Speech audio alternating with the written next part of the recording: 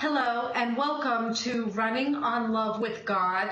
My name is Lori Michelle, and in April of 2009, I was awakened to the voice of our Creator, God Himself. He said, go get pen and paper and start writing this down, and I listened. And here I am today talking to you from Israel, and I have my co-host, my friend, Anna Marie in Chicago. Hi, Anna Marie.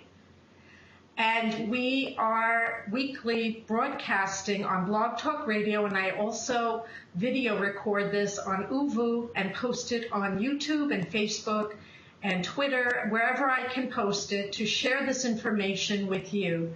This information is timely and critical, and the last program that we had was a two-part series called The End of Days, and these are the end of days. We are in them now. And this week, we're talking about, is peace possible and how? I posted a Q&A for Running on Love. I post short videos where I discuss certain topics. And I posted a Q&A just Friday, a couple of days ago. Today's Sunday, April 30th. And the question that I posed is peace possible and how? And I am assured by Hashem, God, that not only peace is possible, but it is in His plan to have peace for an eternity. And if you look around the world, you might ask, how is this even possible? Because of all the war and terror that we see around the globe. And I posted a very provocative picture. Anna Marie, I don't know if you have that picture. Yes, thank you. This is a memorial that's in Budapest, Hungary, and the post that I posted on YouTube and Facebook says, never again, without action, they're only words. Must you try on their shoes? And this is a memorial of Budapest, Hungary. These are steel shoes in memory of victims of World War II, where Jews were lined up along the Danube and shot dead, and they fell into the river so that their bodies would be swept away. And they were told to remove their shoes before they were shot dead so that their shoes could be sold on the open market. Hideous. So I asked the question, must you try on their shoes? Because I'm posting weekly about very important topics that are meant to help you heal and correct things that we're doing wrong to bring peace on earth. And I posted this picture to bring up the conversation that the thunder is going to get louder, the acts of terror are going to travel even more so, and does this have to hit you in your own backyard and hit your own family before you wake up and realize that these are the end of days, and we must all come together and do what is necessary to heal our world. The first and most easy place to correct what is wrong in our world is to go inward and correct what is wrong within ourselves. And with that, I'm going to turn the floor over to you, Anna Marie, because you're a great questioner, interrogator, and you can ask me a lot of good questions to help bring light to this subject. First of all, I would like you to tell us what you mean by wake up. I think most people would agree that the world is in a chaotic state with what appears to be more evil than ever before. So what more do we need to acknowledge in order to be awake as you describe it? Yes. Good question. Perfect question, because I keep saying the words wake up, are you listening? And people are aware. They see the news. They're aware of what's going on. When I say wake up, what I mean is be aware that this is the end of days, that God is real, and this is not fiction, that I'm not making this up, that I'm talking to Hashem God, and He's God of everyone. And when I say wake up, Anna Marie, what I'm saying is don't dismiss me. Don't X out of the box and say, oh, whatever, or say, wow, that was interesting. What's for lunch? Or oh, okay, I believe you, but there's nothing I can do. Let's go to the beach. That's the kind of attitude that is going to make it harder on the world, meaning the wake-up calls are the terror, the bombings, the war. Does the war have to come to your backyard, your hometown, and affect you personally for you to have the alarm bell go off, meaning the alarm bell that wakes you up and makes you recognize that you need to take personal action and become personally involved in healing our world and making it a better place? I'm having trouble connecting the dots to see how working on myself is going to stop violence and terror in another part of the world. If I'm able to remove evil from myself, I can understand how that would make my family and friends' lives better. But how does that impact the world at large? Excellent question. Probably everybody would ask the same thing. Self-help, so what? So I get better. I'm already good. I'm already giving to charity. I go to church. I go to synagogue. I'm doing what I can. I've even had people say, hey, I'm not perfect, but who is? I'm just human. And I'm here to tell you that it's those attitudes and the fact that we're not working on ourselves to remove what is wrong within ourselves, that is what we are experiencing around the world. And it sounds like melodrama that I'm making this up, that if you, Anna Marie, spoke gossip about your neighbor, or you were derisive to your postal worker and were nasty to him because you were having a bad day, that you are the cause of the war in Syria. Right? Sounds like ridiculous. How can that be? Yeah. But what I'm here to educate you and whoever will listen is that the same energy and the same choice that you might make to be nasty to a passerby, and I'm not saying you personally, or speaking gossip or doing something negative that is not correct, is the same element. It comes from the same place as terrorism and war and rape and murder. The first and most important thing that I can communicate to anybody listening to this program is that Satan, the concept of Satan or evil, is not exactly what the world thinks evil is. There is education and knowledge about what evil is, how it manifests, and how it grows and grows and grows into something we see as terror and war and hatred. So if you remove that ability and you become very keen and awake and you start working on yourself every day, and every day you make a conscious decision to choose good over evil, and you become keenly perceptive over what evil is, eventually we will remove it from our world because it will no longer be a choice that each of us is making. And it sounds like an impossible task, but it's an imperative. I am told and guided that every single person is being held responsible for all of the ills and all of the hatred around the world. If you're not part of the solution, Anna Marie, you are part of the problem. But is the solution really self-involved? You have to look at what we're looking at. When I gave you an example several weeks ago, we did a program about bullying.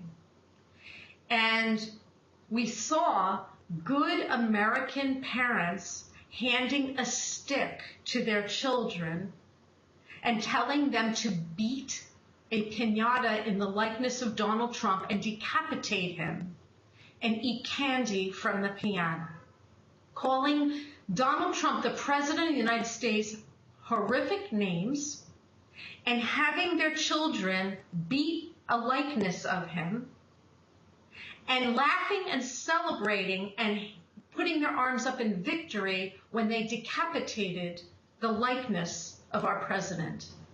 That is pure, disgraceful evil. So that is a little bit more amplified in very, very good people. Take it down a notch. Take it down 3 notches.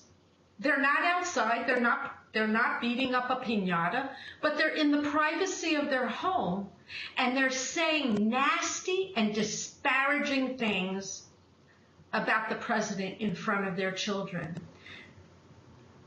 If you play what I'm saying out and choices that are clearly not of God but evil, and you multiply it by 7.5 billion people, you will experience what we're seeing around the world.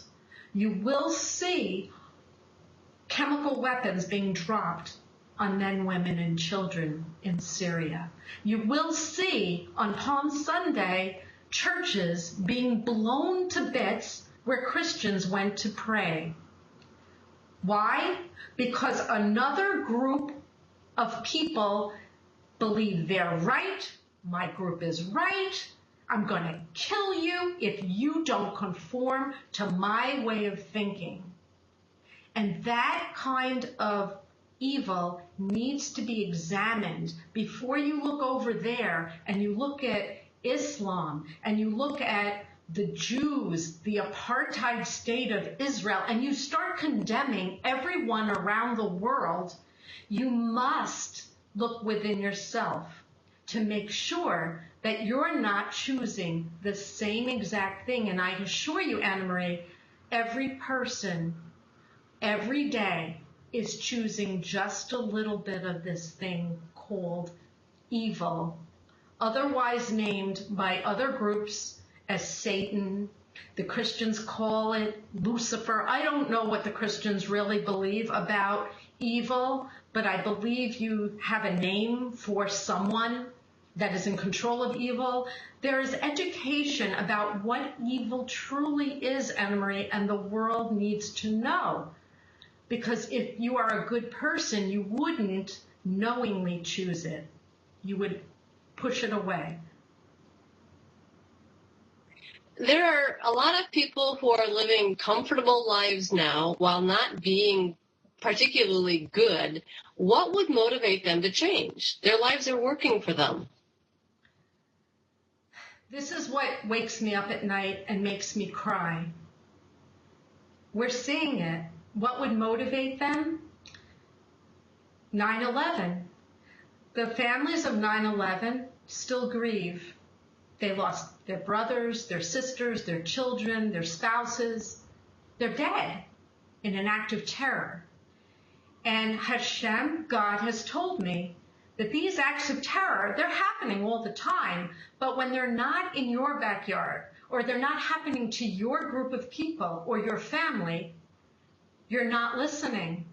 You're saying, oh, isn't that terrible? And you watch for an hour, and then the next thing you know, oh, it's dinner time. What would you like for dinner, honey? I can't think about this anymore. There's nothing I can do. And that kind of pushing it away and saying there's nothing I can do, and the lack of compassion that good people are showing in a time of war is not acceptable. It's not godly. I'll give you an example. We had an act of terror in Orlando. Was it last summer in a gay nightclub? Do you recall? I recall the incident. I don't remember when. Okay. Well, 50, 60 people were murdered. But it was terrible. You woke up to the news, oh, isn't that terrible? Oh, well, it's just gay people. Well, I'm not gay, or I don't know them, or I'm in Nebraska. Thank God it didn't hit me here. And I'm not trying to make people sound horrible or callous. It's natural. It's really natural, Anna Marie, to say, if I hear something terrible happen, over Passover, a young girl was stabbed and murdered on the light rail in Jerusalem, a light rail my daughters ride on. And she was about the age of my daughters. And of course, my reaction was, thank God it wasn't my daughter. But I didn't stop there. I grieved for her. I still think about her. I think about her family. And I'm waiting for the next one. So you hear these stories and you push them aside, and then a year goes by. Oh, yeah, I remember that. And it's not that we're cold-hearted terrorists ourselves, but we really have to wake up and know that that girl on that light rail was someone's daughter. Could have been, God forbid, my daughter. Could have been someone you know, Anna Marie. Could have been one of us. And unfortunately, this picture that you put up of these shoes, that's why I asked the question. And do you know, I posted it on Facebook, and several people unliked the Running on Love page.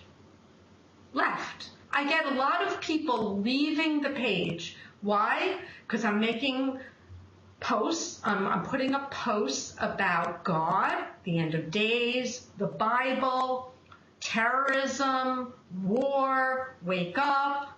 And a lot of people are leaving. A lot of people gratefully are liking the page and sharing some of the posts, but very few. But I'm not stopping.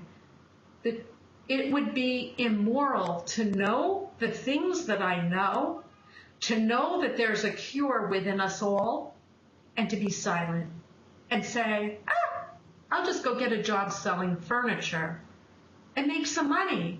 I don't get paid for this. You don't get paid for this. You're donating generously to Running on Love. Thank you. The charity of love and education and peace.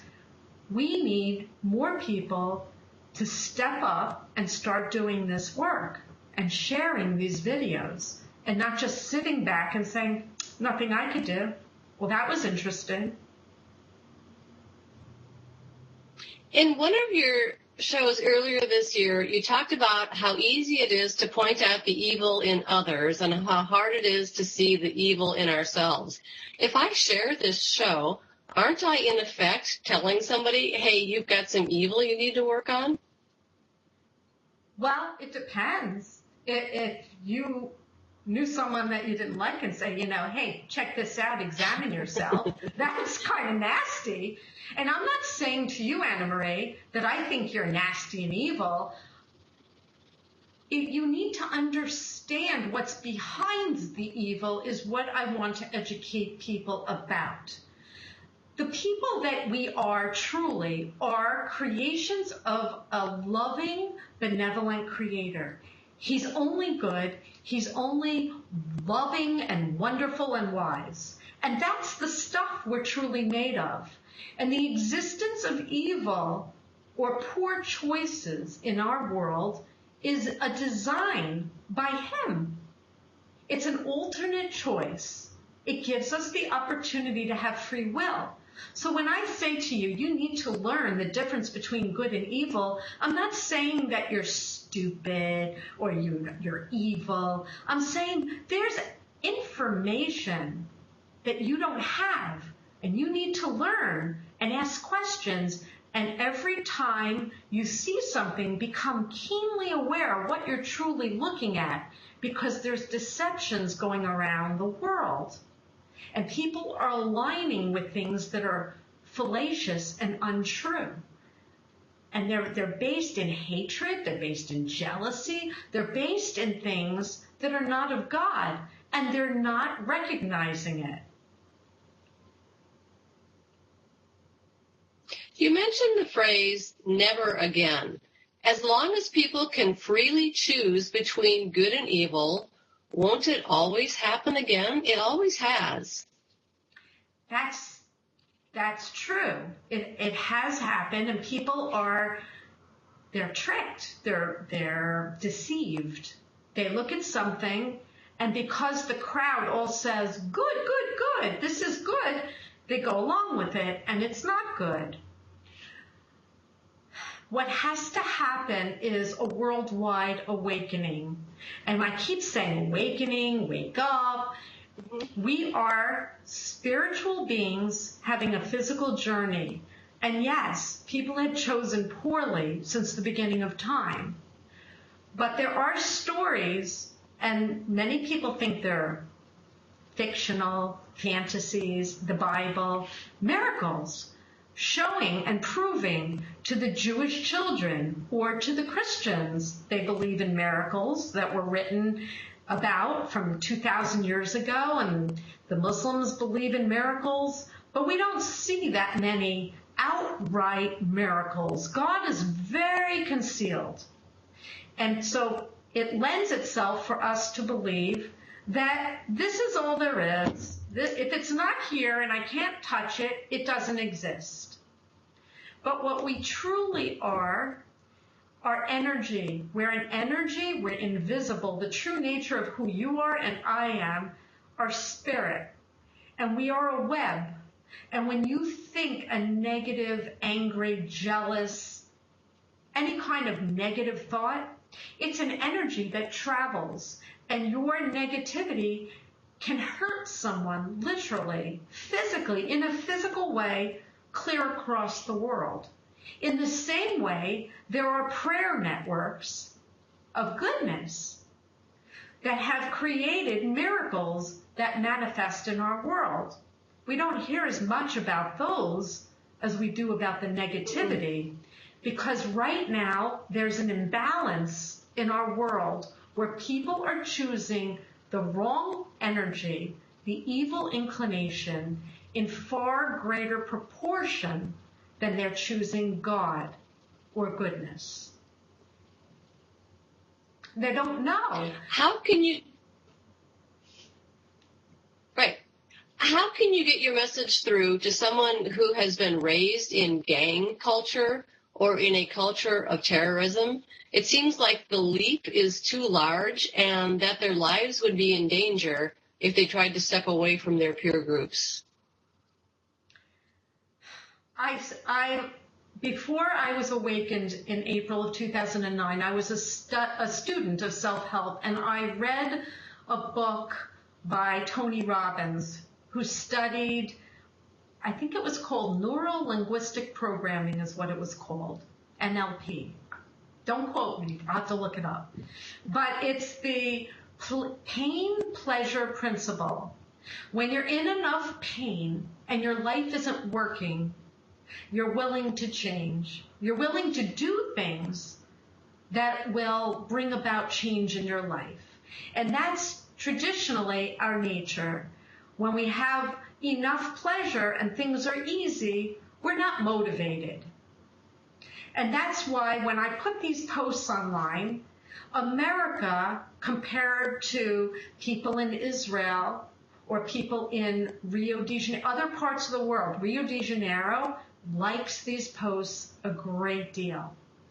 I don't know what it's like in Brazil right now. I don't know what their economy is like, but the more you have a soft and gushy life and everything's kind of even, you're not motivated.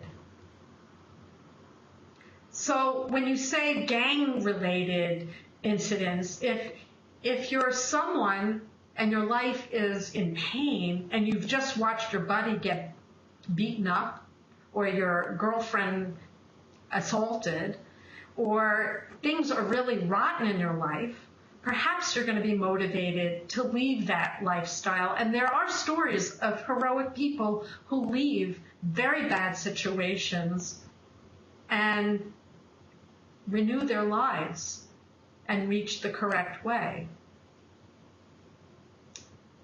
When you talk about the energy force, so for those of us who have the cushy lives, if we can get better, will that energy translate over to the people with the less fortunate circumstances? Love is contagious. Goodness is contagious. And I can tell you, it's got to start somewhere. We have to start a movement of love and education and goodness. And it can catch on, but it's going to be hard work. And we have to decide, how badly do we really want peace? Who wants it more? That was a slogan from Super Bowl 42, when the Giants were against the New England Patriots. Who wants it more?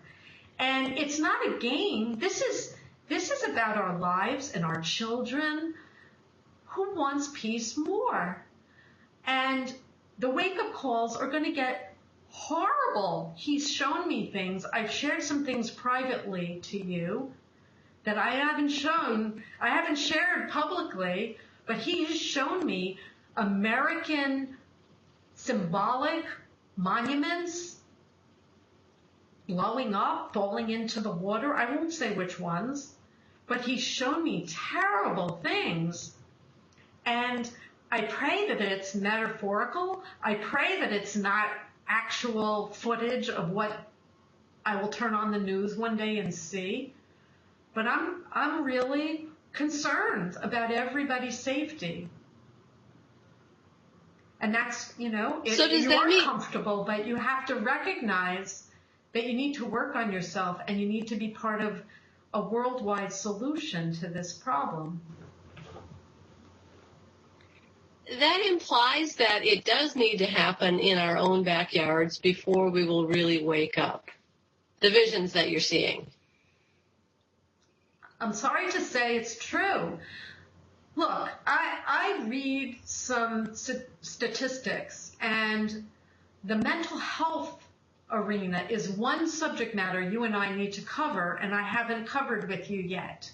But suicide among young adults is the number 2 cause of death in America. Why is suicide so prevalent now? Suicide is on the rise. It's in a greater number than ever before. Why are so many people committing suicide? There is trouble. We are troubled. America, I read a statistic, and I was told by a licensed psychotherapist that 70% of Americans are on some form of psychological medication right now. 7 out of 10. What does that tell really you? high. If things are so wonderful and good, why is everybody popping pills? Why? Yeah. We're all of a sudden, we're born with these diseases, right? This biological dependency on drugs when it was never the way. And I hear we have a 2-minute warning. Yeah, I have to figure out how to turn the timer off. There we go.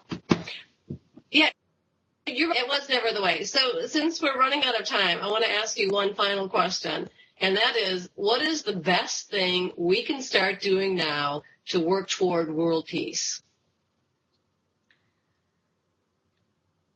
Share this program. Share this program. Ask yourself the right questions. The best way to heal is to ask yourself the right questions that lead you on the right path. And I want to ask people who are listening to this program and made it to the end of this 30 minutes. I'm an American woman. I was born in New York and raised in New Jersey. Do I sound like a liar? I'm not making any of this up. I have nothing to win. Maybe. I'm told that this will be big one day. But Anna Marie, you know me 30 years. Am I in this to be rich and famous? Why am I doing this? No. Because you have to. I have to. And that's where we all have to go. We have to get better. We have to learn how to be like Hashem God. He is beautiful, loving. He's never condescending. There's no ego in God. He's God. That's where we have to go. We have to reach for perfection. And we can't make excuses and say, well, I was born this way. Well, I have this disorder or that disorder. That's disorderly thinking. We are perfect as we came into this world, and we have to reach for God's perfection in every moment. And share this program, and every Sunday we'll pick a new topic and reveal how to choose correctly in every moment. It's my blessing and it's my honor to be able to share the truth. So please share this program and join us every Sunday, and go to the website runningonlove.org and donate generously. This is the charity of world peace. It's God's charity. It's about giving in the name of love, and through love, education, and charity, we will come together and heal our world. God bless you. May there be peace in our world, in our time. God bless you.